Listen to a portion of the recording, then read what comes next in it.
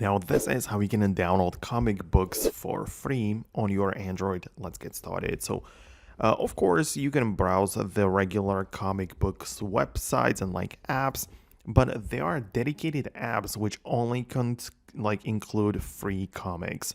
For example, there is an app called the Webtoon, so you can go ahead and download it from the Google Play Store, and there are some comics you can start reading right away. A similar app is called Tapas, or I'm not sure how to pronounce it, but this is what it looks like. You can get it again for free.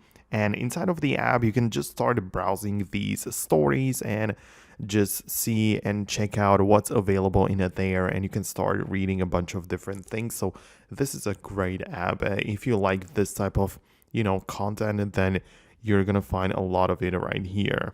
Well, these comics are like of this different style. They're not the regular comics like from Marvel, which you are probably used to. But it's good to know that Marvel sometimes even releases something for free, so keep an eye out for that. Like, check out their socials and then their official pages. But the comics, well, basically all of them are available on the Google Play in the book section. So you can find all of the comics right there, mostly paid, but it's just like very cheap. So if you want to get the officials, just go with these.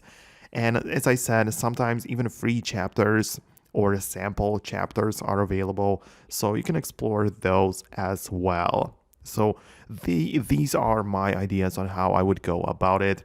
Let me know below in the comments if there are some other apps which you like to use or something you had specifically in mind. Let me know about that in the comments. For now, that's going to be about it. Thanks a lot. I really appreciate you sticking till the end of the video, and I hope I get to be with you in the next video. See you later.